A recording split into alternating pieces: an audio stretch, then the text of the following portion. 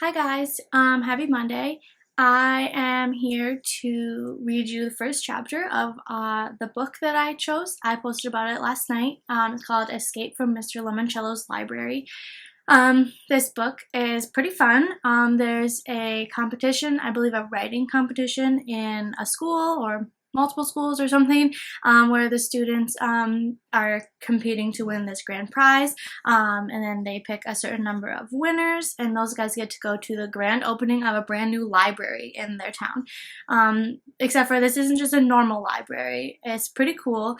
The creator of the library, Mr. Lemoncello, set it up to be kind of like a game board, and the students who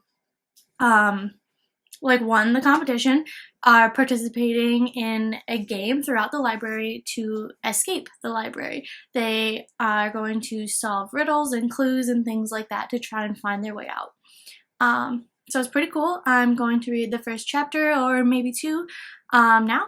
You can watch along. I'm going to do my best to include a little screen grab of the book while I read, because I don't have a physical copy of the book. I actually have the ebook, so I will be reading right here on my iPad. Alright, so Escape from Mr. Lemoncello's Library. It is a chapter book, not a picture book, so there won't be any pictures to show you.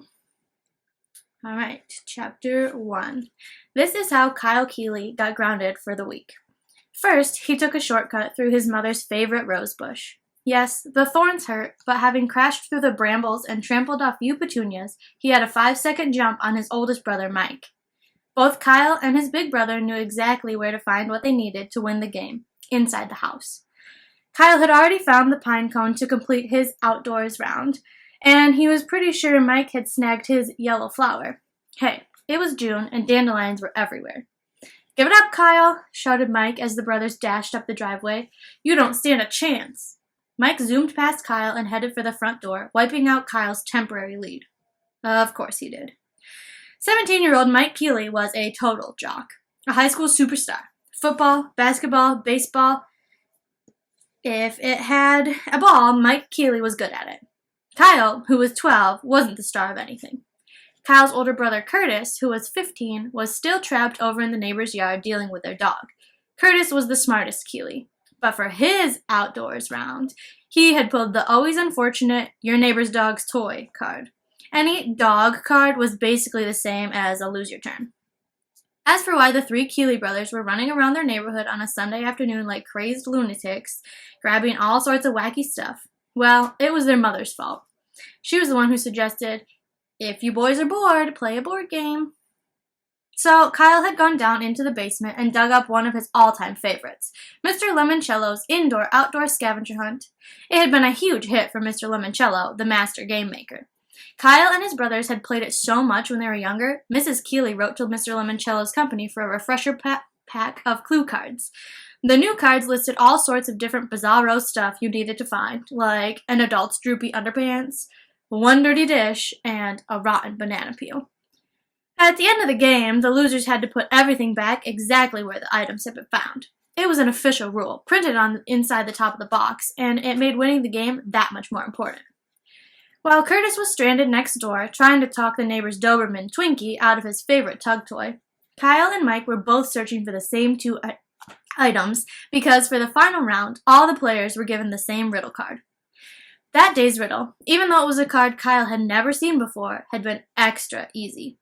Find 2 coins from 1982 that add up to 30 cents, and one of them cannot be a nickel.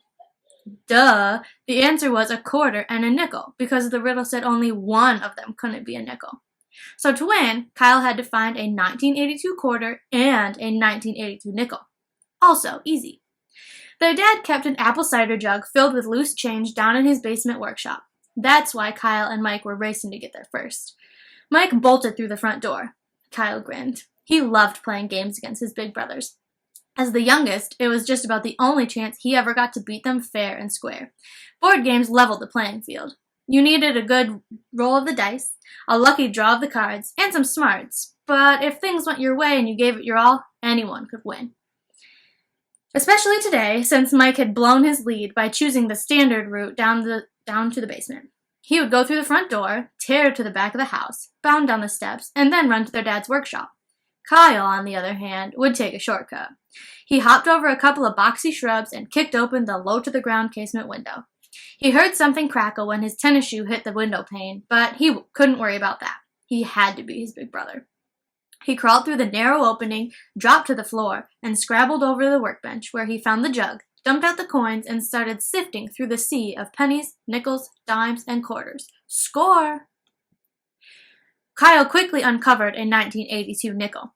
He tucked it into his shirt pocket and sent pennies, nickels, and dimes skidding across the floor as he concentrated on quarters. 2010, 2003, 1986. Come on, he muttered. The workshop door swung open. What the? Mike was surprised to see that Kyle had beaten him to the coin jar. Mike fell to his knees and started searching for his own coins just as Kyle shouted, "Got it!" and plucked a 1982 quarter out of the pile. "But what about the nickel?" demanded Mike. Kyle pulled it out of his shirt pocket. "You went through the window?" said a voice from outside. It was Curtis, kneeling in the flower beds. "Yeah," said Kyle. "I was going to do that. The shortest distance between 2 points is a straight line." "I can't believe you won," moaned Mike, who wasn't used to losing anything. "Well," said Kyle, standing up and strutting a little, "believe it, brother, because now you two losers have to put all the junk back." "I am not taking this back to Twinkie," said Curtis. He held up a very slimy knotted rope. "Oh, yes, you are," said Kyle, "because you lost." "Oh, sure, you thought about using the window." Kyle," mumbled Curtis, "you might want to shut up." "What? Come on, Curtis, don't be such a sore loser. Just because I was the one who took the shortcut and kicked open the window and—" "You did this, Kyle?" A new face appeared in the window. Their dad's. He, chuckled Mike behind Kyle. "You broke the glass." Their father sounded ticked off. "Well, guess who's going to pay to have this window replaced?" That's why Kyle Keeley had 50 cents deducted from his allowance for the rest of the year and got grounded for a week. Chapter 2. Halfway across town, Dr. Yanina Zinchenko, the world-famous librarian, was walking briskly through the cavernous building that was only days away from its gala grand opening. Alexandriaville's new public library had been under construction for 5 years. All work had been done with the utmost secrecy, under the tightest possible security.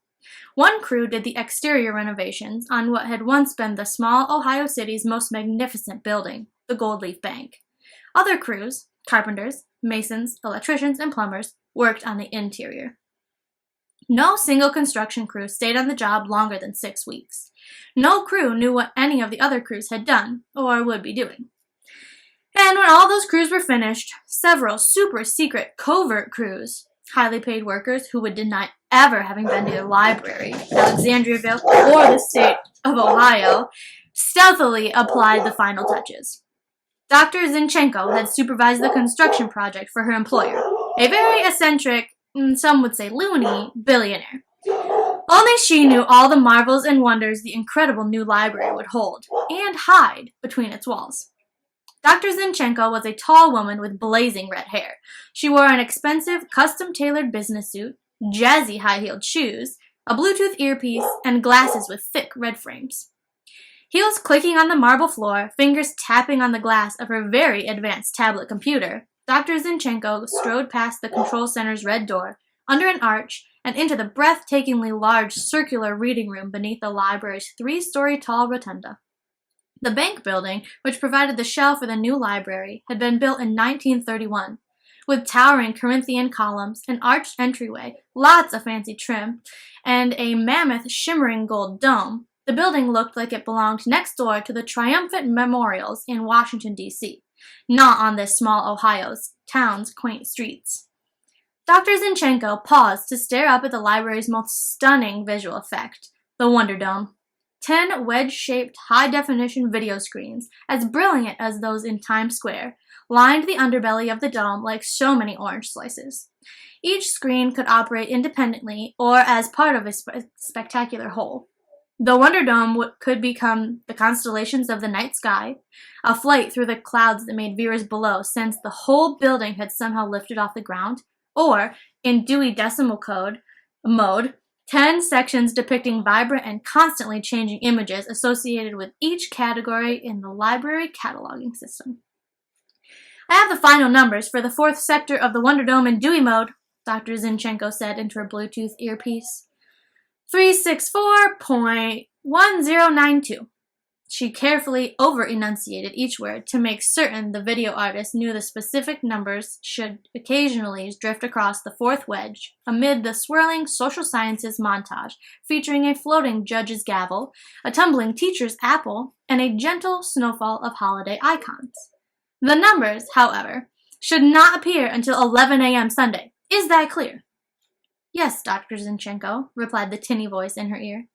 Next, Dr. Zinchenko studied the holographic statues projected into black crepe-lined recesses cut into the massive stone piers that supported the arched windows from which the Wonder Dome rose. Why are Shakespeare and Dickens still here? They're not on the list for opening night. Sorry, replied the library's director of holographic imagery, who was also on the conference call. I'll fix it. Thank you. Exiting the rotunda, the librarian entered the children's room. It was dim, with only a few work lights glowing, but Dr. Zinchenko had memorized the layout of the miniature tables and was able to march, without bumping her shins, to the story corner for a final check on her recently installed geese. The flock of 6 audio-animatronic goslings, fluffy robots with ping-pongish eyeballs, created for the new library by Imagineers who used to work at Disney World, stood perched atop an angled bookcase in the corner. Mother Goose, in her bonnet and granny glasses, was frozen in the center. This is Librarian 1, said Dr. Zinchenko, loud enough for the microphones hidden in the ceiling to pick up her voice. Initiate storytime sequence. The geese sprang into mechanical life. Nursery rhyme. The geese honked out ba ba black sheep in 6-part harmony. Treasure Island? The birds yo-ho-hoed their way through 15 men on a dead man's chest. Dr. Zinchenko clapped her hands. The rollicking geese stopped singing and swaying. One more, she said. Squinting, she saw a book sitting on a nearby table. Walter the Farting Dog. The 6 geese spun around and farted, their tail feathers flipping up in sync with the noisy blasts. Excellent. End story time. The geese slumped back into their sleep mode. Dr. Zinchenko made one more tick on her computer tablet. Her final punch list was growing shorter and shorter, which was a very good thing. The library's grand opening was set for Friday night. Dr. Z and her army of associates had only a few days left to smooth out any kinks in the library's complex operating system. Suddenly, Dr. Zinchenko heard a low, rumbling growl. Turning around, she was eyeball to icy blue eyeball with a very rare white tiger. Dr. Zinchenko sighed and touched her Bluetooth earpiece. Ms. G, this is Dr. Z. What is our white Bengal tiger doing down in the children's department? I see. Apparently there was a slight misunderstanding. We do not want him permanently positioned near the Jungle Book. Check the call number, 599.757. Right. He should be in zoology. Yes, please. Right away. Thank you, Miss G. And like a vanishing mirage, the tiger disappeared. And that is the end of chapter 2. And that is where we are going to stop for today. I'll try to post these earlier tomorrow. In the following days, I was having a bit of difficulty getting the video to work on Dojo. So yeah, come back tomorrow for the next chapter or 2, and I hope everyone's doing great. Bye-bye!